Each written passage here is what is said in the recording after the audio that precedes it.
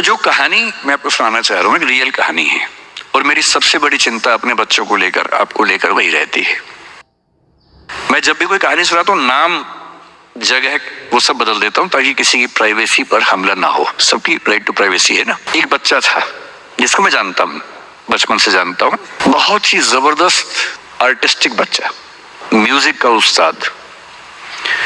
उसके घर में लगभग सब लोग म्यूजिक के उस्ताद थे, इंस्ट्रूमेंटल म्यूजिक, वोकल म्यूजिक, हर चीज में अच्छा, पढ़ने में भी ठीक, बढ़िया। और जब हम स्कूल में थे, वो मेरी क्लास में तो नहीं था, थोड़ा सा अलग क्लास में था, पर स्कूल में बहुत पॉपुलर था, being into music. I was in debating, he was into music. और बाद में उसने हमारा स्कूल छोड़ भी दिया कुछ समय के बाद, फिर वो कहीं और चला गया, फिर हमारा मिलना नहीं हुआ। उस समय ना तो व्हाट्सएप था ना यूट्यूब था, तो बाद में मिलने का स्कोप भी नहीं रहता था। जो एक बार चला गया वो चला ही जाता था उस समय। अब तो बच्चे जिंदगी भर दोस्त रहते हैं। फिर जब मैं दिल्ली यूनिवर्सिटी में आ गया, ग्रेजुएशन कर चुका था, उसके बाद अचानक मुझे एक बचपन का दोस्त मिला जिसने मुझे एक इंटरेस्टिंग क्या डिवास्टेटिंग बात बताई। तो बात चल रही थी कि स्कूल के दोस्त कहाँ कहाँ हैं, क्या कर रहे हैं। तो बातों बातों में उसका जिक्र भी आया। तो मैंने बड़ी उम्मीद से पूछा, मैंने कहा वो तो बॉम्बे चला गया होगा, फिल्म इंडस्ट्री में चला गया होगा। तो मेरे दोस्त ने पूछा कि तुम्हें नहीं पता उसके बारे में? मैंने कहा नहीं। उसने कहा यार वो जेल में है, and he was one of the most creative students of our school. मैंने कहा जेल में क्यों है? बोले सच में नहीं पता। मैंने कहा सच में नहीं पता मुझे।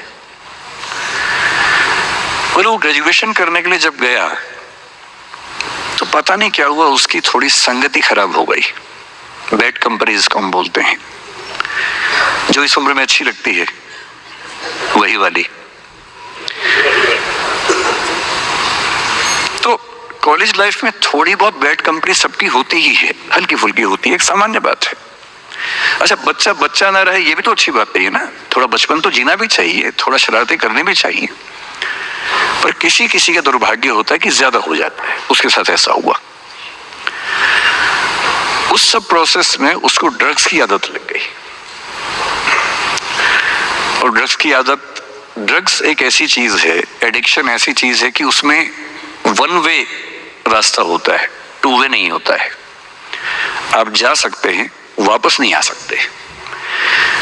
मतलब 1000 लोग जाएंगे तो उनमें से एक आध वापस आएगा, वो भी इतनी मुश्किलों से जो ऑलमोस्ट इम्पॉसिबल है। I have seen many such cases. Social welfare department से मेरे कई दोस्त ऑफिसर्स हैं, तो मैं उनसे जब पूछता हूँ बताते हैं, मैंने ऐसे लोगों को देखा है 10-10 साल से स्ट्रगल कर रहे हैं एडिक्शन से बाहर आने की, नहीं आ पा रहे, खत्म हो गए हैं। उस बच्चे को ड्रग्स की आदत पड़ गई कॉलेज में जाके, पेरेंट्स को पता ही नहीं था। तो जब पेरेंट्स को भनक लगी तो उसको दबाव बनाया कि तुम घर आ जाओ। अब वो जिस कंपनी में था, दोस्तों वाली कंपनी में, वहां अब ड्रग्स तो बहुत महंगे होते थे, पैसे घर से बहुत कम आते थे, जितने पैसे एक मिडिल क्लास फैमिली दे सकती है। अब वो घर से ज्यादा पैसे मांगने लगा, पैसे मिलते नहीं थे। उसको अपने ही घर के लोगों पर गुस्सा आने लगा। तो एक बार वो अपने घर आया हुआ था छुट्टियों में, और वहां भी वो कुछ कुछ करता रहता था।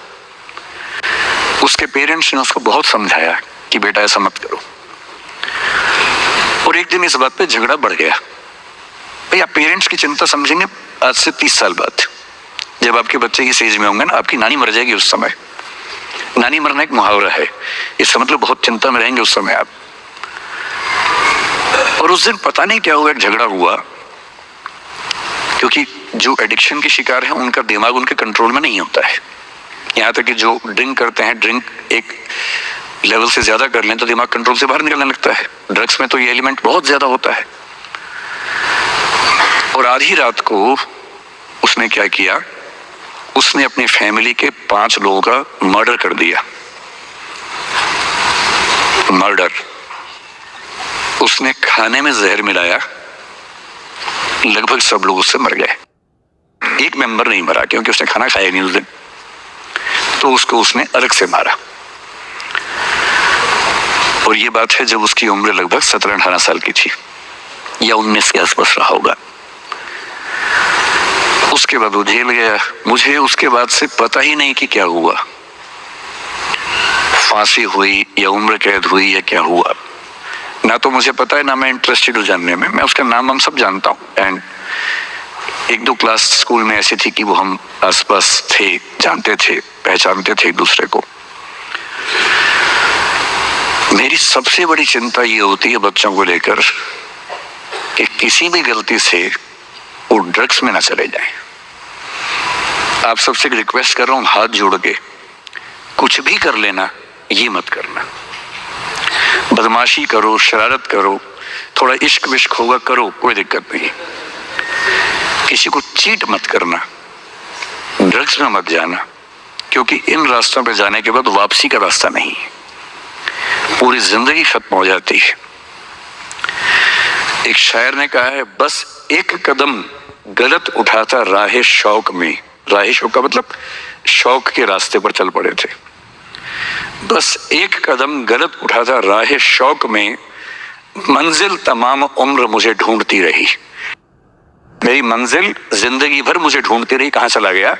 सिर्फ एक गलती हुई थी और उस एक गलती ने कहीं का नहीं छोड़ा।